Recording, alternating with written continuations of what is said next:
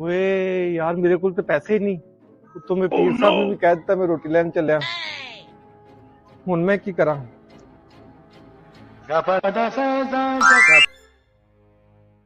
यार हुण की करा?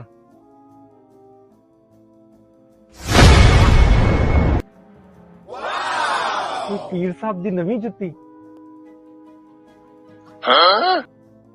Oh no! ਉਹ ਬਾਲੇ ਕਿੱਧਰ? यार जुत्ती बेचनी है। ਕਿੰਨੇ ਦੀ? 500 दी। ਤੇ ਮੈਨੂੰ ਦੇ ਦੇ। दे 500। पीर साहब खाना नोश फरमाओ। माशाल्लाह।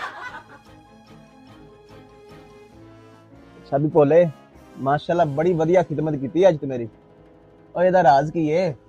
पीर साहब ਤੁਹਾਨੂੰ ਕੀ ਦੱਸਾਂ ਬਸ ਤੁਹਾਡੀਆਂ ਜੁੱਤੀਆਂ ਦਾ ਸਦਕਾ ਹੈ।